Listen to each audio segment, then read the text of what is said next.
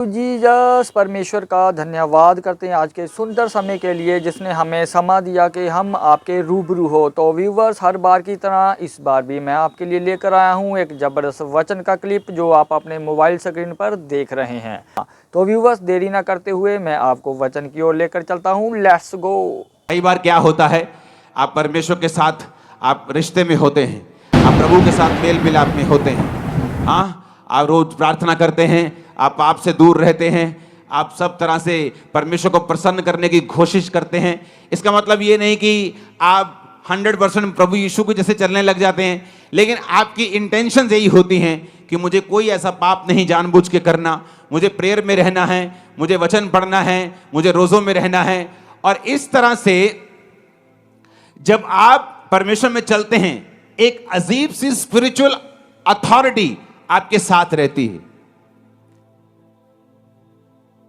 जब दो व्यक्ति दोनों चर्च में आते हैं, एक आत्मिक अधिकारों के नीचे है, वो परमेश्वर में चलता है, वो प्रार्थना करता है, वो प्रभु के साथ अच्छे संबंध हैं।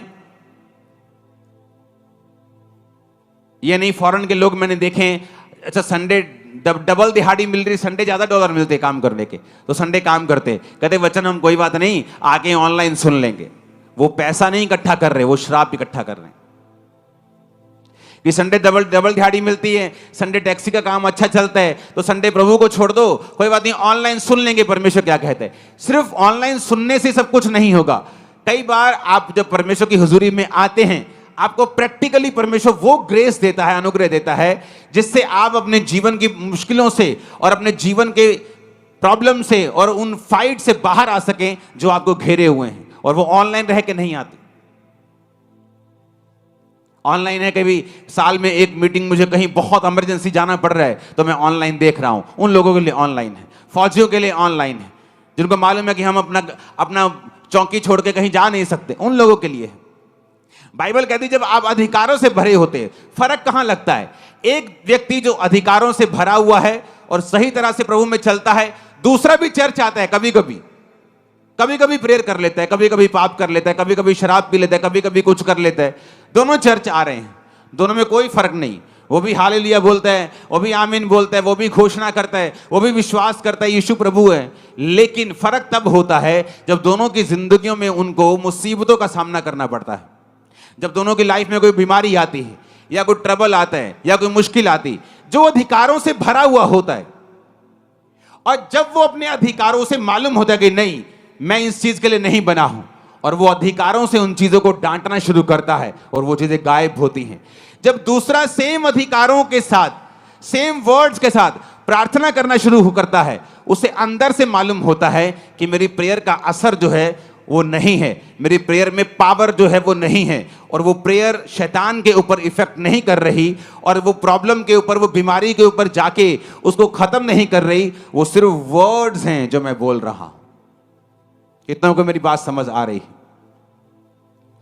जीसस क्राइस्ट, बाइबल कहती है कि एक जगह यीशु मसीह ने वचन सुनाया और यीशु मसीह ने चेलों को कहा कि अब तुम ऐसा करो, तुम चले जाओ, और चेलों को भेज दिया। जबरदस्ती लिखा है बाइबल, लोगों को भेज दिया, चेलों को भेज दिया। यीशु मसीह अकेले पहाड़ पर प्रार्थना करने के लिए चले गए।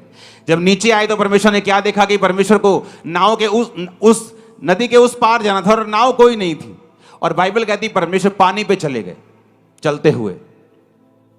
ये क्या था? ये एक स्पिरिचुअल एक्सरसाइज, अथॉरिटी थी जो परमेश्वर ने उसको एक्सरसाइज किया। परमेश्वर जानते थे कोई भी चीज मुझे परमेश्वर के काम करने से रोक नहीं सकती। अगर नाव नहीं है तो मैं नाव का इंतजार नहीं करूंगा। अगर मुझे जाना है प्रीच करने के लिए तो मैं पैदल चल के जाऊंगा। ये क्या था? ये अधिकार था। कैसे आया?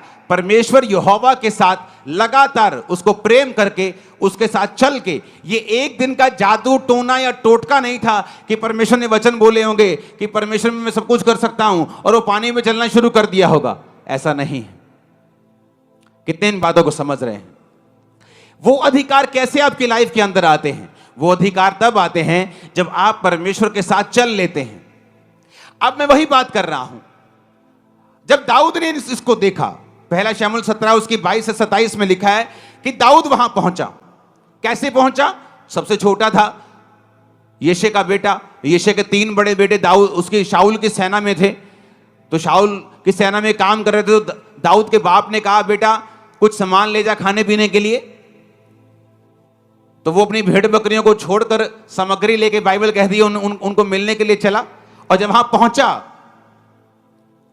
तो वहां पे जो गोलियत था वो ललकार रहा था फिर से, और अपने देवताओं का नाम ले लेकर श्रापित कर रहा था, अरे तुम ईसाइयों हो, तुम किसी काम के नहीं हो, और डरपोको, गालियां निकाल रहा था उनको। और जब दाऊद ने देखा तो बाइबल कहती दाऊद अपनी सामग्री सामान के रखवाले के हाथ में छोड़कर रणभूमि को दौड़ा और अपने भाइयों के पास जाकर उसका कुशल क्षेम पूछा। वह उनसे बातें कर ही रहा था, फिलिस्तियों की पांतियों में से वो वीर यानी गोलियत फिर से चढ़ आया और पहले के समान बातें करने लगा, और दाऊद ने उन्हें सुना। उस पुरुष को देखकर सब इजरायली अत्यंत भय खाकर उसके सामने से भागे। फिर इजरायली पुरुष कहने लगे, क्या तुमने उस पुरुष को देखा है जो चढ़ा आ रहा है? निश्चय वह इजरायलियों को ललकारने को चढ़ा आता है, और जो कोई उसे मारेगा राजा उसे धन देगा, अपनी बेटी का विवाह उससे कर देगा, उसके घराने को इजराइल में कर रहित यानी स्वतंत्र मतलब कि टैक्स फ्री कर देगा। उसे कोई इनकम टैक्स नहीं देना है, कोई सेल टैक्स नहीं देना है। दाऊद कहता है ये तो बड़ी जबरदस्त बात है। दाऊद ने कहा उस फिलिस्ती को मार के जो इजरायलियों की नामधराई दूर करेगा उसके लिए क्या किया जाएगा। दाऊद मेक श्योर करना चाहता था कि इतनी बड़ी ब्लेसिंग है उसको मारने की, क्या सचमुच मेरे घराने को टैक्स फ्री कर दोगे? क्या राजा अपनी बेटी की शादी मुझसे कर देगा? क्या मुझे बहुत सा धन देगा? लोगों ने कहा हां, जो कोई उसको मारेगा उसके साथ यही किया जाएगा। अब दाऊद जो था वो परमेश्वर के साथ संबंधों में था, परमेश्वर के साथ सही नाते में था। इसलिए दाऊद जब गोलियत की ओर देख रहा था उसे गुस्सा आ रहा था। कहता है ये खतना रहित फिलिस्ती, ये एक ऐसा इंसान जो यहोवा को नहीं मानता, यहोवा की सेना को कैसे ललकार सकता है? वो दाऊद की अणख कैसे जाग रही थी? क्योंकि वचन कहता है दाऊद का संबंध परमेश्वर के साथ था। इसलिए दाऊद के अंदर जो अधिकार था वो जाग रहा था और वो ललकार मार रहा था। पंजाबी के अंदर छाला मार रहा से अंदर कि ऐसा किवें हो सकता है कि ये बंदा परमेश्वर की सेना नूं ललकारे और असीं चुप करके बैठे रहिए। और शाऊल जो राजा था दाऊद से कहीं अधिक लंबा चौड़ा था, और वचन ये कहता है कि पूरे इजराइल में शाऊल के कोई भी कद के जितना नहीं था, सारे उसके कंधे तक, वो भी बड़ा लंबा चौड़ा था। लेकिन अब अधिकार काम नहीं आ रहे थे। क्यों?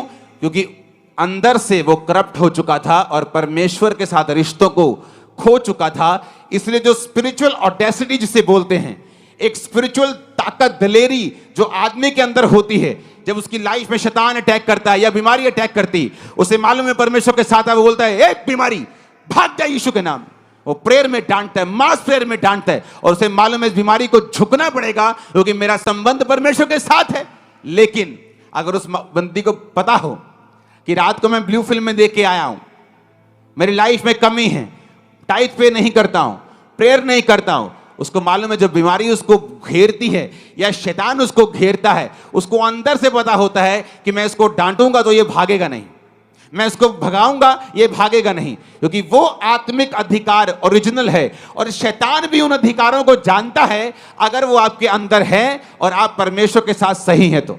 इसलिए बाइबल कहती है सिकोवा के 7 पुत्र जादू टोना करने की तरह यीशु का नाम लेकर भी दुष्ट आत्मा पर फूंकते थे। जिस तरह पौलुस निकालता है यीशु के नाम में, हम भी तुझे यीशु के नाम में जाने का हुक्म देते हैं। शैतान ने कहा पौलुस को मैं जानता हूं, यीशु को पहचानता हूं, तू कौन है? क्योंकि तू बिना अधिकारों के साथ मुझे डांट रहा है। लेकिन अधिकार कैसे आएंगे? अधिकार आएंगे जब हमारा रिलेशन परमेश्वर के साथ होगा। हम प्रभु के साथ रोज के तरह रोज चलेंगे। अपना क्रूस जो रोज उठाकर मेरे पीछे चलेगा वो मेरे योग्य होगा, परमेश्वर ने कहा। ईश्वर का धन्यवाद करते हैं जिसने हमें समा दिया कि हम उसके पवित्र वचन को सुने उसके प्रेरित के मुंह से। तो व्यूवर्स, मुझे उम्मीद है कि ये वाली कलेक्शन भी आपको बेस्ट लगी होगी। तो व्यूवर्स, देरी ना करते हुए इसी तरह मिलते हैं नेक्स्ट वीडियो में। तब तक मैं अपने आप को और आपको परमेश्वर की ग्रेस में छोड़ता हूँ। सबको जय मसीह।